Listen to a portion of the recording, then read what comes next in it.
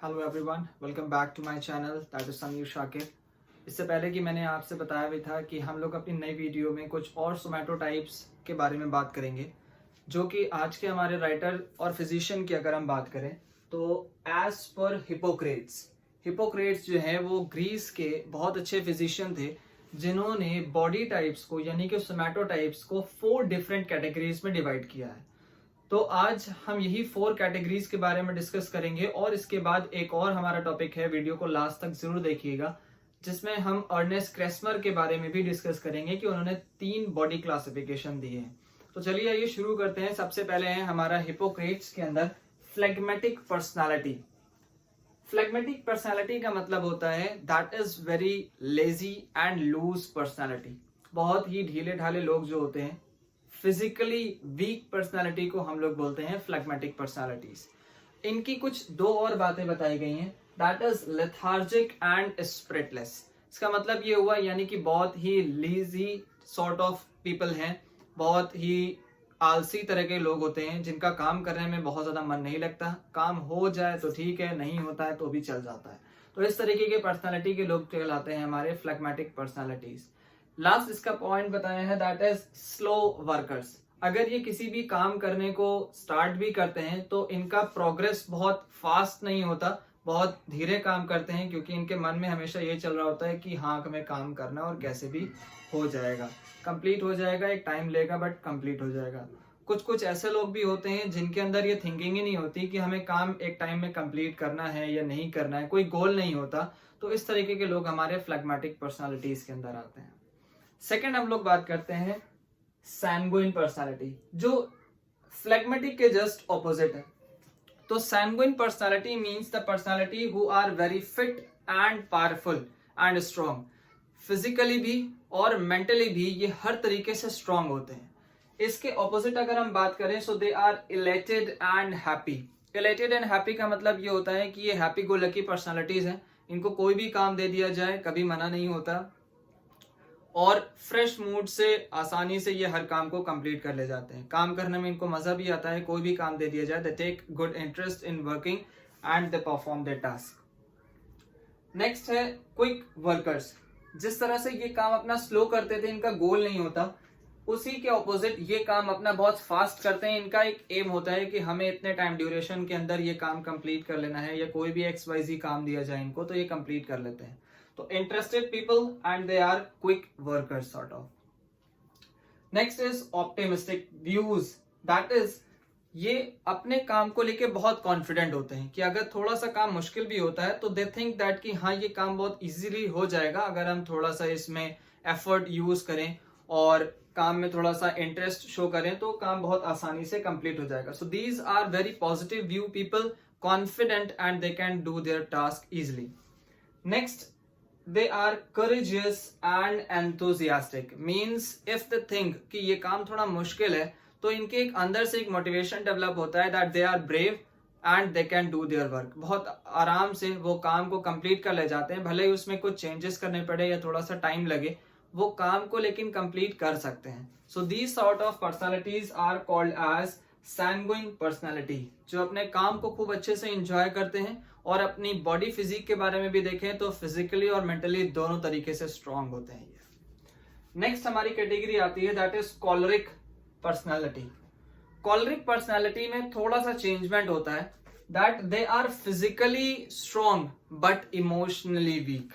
उनमें काम करने का तरीका तो हाई होता है because they are so aggressive, they do their work very positively, काम अच्छे से होना चाहिए और ये उनकी अच्छी थिंकिंग भी है, but they are emotionally weak. उनको कुछ छोटी छोटी बातें हर्ट कर जाती हैं, या अगर किसी सीनियर ने अगर किसी जूनियर से बात करी हो और अगर उसके जूनियर ने उन्हें कुछ बुरा कह दिया हो या गलत तरीके से बात कर ली हो, तो इस तरीके के छोटी छोटी चीजों में भी ये अफेक्शनेट हो जाते हैं। So that is why they are emotionally weak personalities, but they are hard workers and have high aspirations. मतलब क्या हुआ, इनकी गोल यानी कि एम्बिशन बहुत ही हाई होता है कि हमें अपने काम को कंप्लीट करना है। जैसे कि सैंगुइन पर्सनालिटी थे वैसे ये भी हैं, बट सिर्फ एक ड्रॉबैक ये आता है कि ये इमोशनली वीक होते हैं और इनको कुछ छोटी छोटी बातें दिल पे लग जाती हैं। तो इस तरीके की पर्सनालिटीज हमारी कॉलरिक पर्सनालिटीज होती हैं।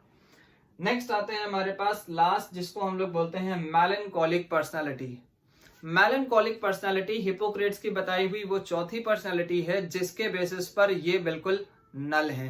नल का मतलब कुछ ऐसे लोग जो किसी काम के नहीं है। वो क्यों नहीं होते, उसके पीछे बहुत सारे रीजन होते हैं। पहले इनकी क्वालिटी समझ लें कि that they are physically and mentally weak, दोनों तरीके से वीक होते हैं। ना काम करने में मन लगता है, ना किसी चीज के बारे में सोचने में मन लगता है, ना इनको खाना पीना अच्छा लगता है, बस सिर्फ अकेले रहना है, लोनली रहना है। So these sort of personality are called as melancholic personality. These are pensive and pessimistic. मतलब ये हुआ कि इनको बहुत ज्यादा ईगर नहीं है, बहुत ज्यादा जोश नहीं है कि हमें कोई काम अच्छे से कंप्लीट करना है या नहीं करना है, या अपने लाइफ से रिलेटेड अपने एम को अचीव करना है या नहीं करना है, ऐसा भी इनका कोई इरादा नहीं होता। They are just opposite of optimistic personality. ये पॉजिटिव और कॉन्फिडेंट होते हैं, ये निगेटिव और नॉट कॉन्फिडेंट पर्सनैलिटीज में अंदर आते हैं। Next is alone living and sadistic person. इनको अकेले रहना, अंधेरे में रहना, और कोशिश ये करते हैं कि ये क्राउड से दूर रहें, मतलब भीड़ भाड़ वाली जगहों से दूर रहें, नॉइजी प्लेसेस से दूर रहें, शोर जगह पर हो वहां से ये हट के रहते हैं और अकेले में रहना चाहते हैं। So these personalities are also called as the sadistic personalities under the name of melancholic. इसके पीछे रीजन ये होता है कि हो सकता है इनकी फैमिलीज में, मतलब जो हम जैसे आप जैसे लोग हैं, अगर छोटी एज में कोई हमारे लव्ड वंस मीन्स जैसे कि हमारे पेरेंट्स हो गए या ग्रैंड पेरेंट्स हो गए, उनकी डेथ हो जाती है, तो इस केस में ये बातें उनके लाइफ में बहुत ज्यादा अफेक्ट कर जाती हैं। तो इससे ये अपने इमोशंस को लूज कर जाते हैं, क्योंकि वो अपने पेरेंट्स या ग्रैंड पेरेंट्स से कुछ ज्यादा ही अफेक्टेड होते हैं और उसका दर्द वो झेल नहीं पाते। सो इस तरीके से लोग जो है अपने आप में रहना, अलोन लाइफ सर्वाइव करना और सैडिस्टिक पर्सनालिटीज में रहना पसंद करते हैं। बट इनके लिए कुछ ऐसे लोग भी होते हैं जो लेटर ऑन एजेस में अगर अपने लव्ड वंस को खो देते हैं, तो कुछ बातें ऐसी होती हैं जो इनके पॉजिटिव वे में अफेक्ट कर जाती हैं, कहीं कहीं कुछ होती हैं जो इनके नेगेटिव वे में अफेक्ट कर जाती हैं। So all these 4 category are divided by Hippocrates, that is phlegmatic, sanguine, choleric and melancholic. अब हम लोग बात करेंगे इसके बाद अर्नेस्ट क्रेस्मर के अकॉर्डिंग 3 पर्सनालिटीज आती हैं। चलिए ये देखते हैं। तो अब हम लोग बात करते हैं अर्नेस्ट क्रेस्मर के अकॉर्डिंग बॉडी टाइप्स के बारे में। जैसे कि हम लोगों ने इससे पहले की वीडियो में W.H. शेल्डन के अकॉर्डिंग बॉडी टाइप्स पढ़े थे, एंडोमॉर्फ, एक्टोमॉर्फ और मेसोमॉर्फ। लगभग उन्हीं से रिलेटेड हमारे इस टॉपिक की वीडियो है जिसका नाम है अर्नेस्ट क्रेस्मर। ये भी हमारे जर्मन के फिजिशियन रह चुके हैं अर्लियर टाइम पीरियड में 1980s में, और अब इनके जो बॉडी टाइप्स हैं उनके बारे में कई जगहों पर बताया जाता है।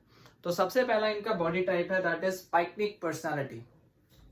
पाइकनिक पर्सनालिटी बिल्कुल एंडोमॉर्फ की तरह ही है, जिसमें हम लोगों ने देखा था कि that they are having a pear shape body, round body that is full of adipose tissue and fat.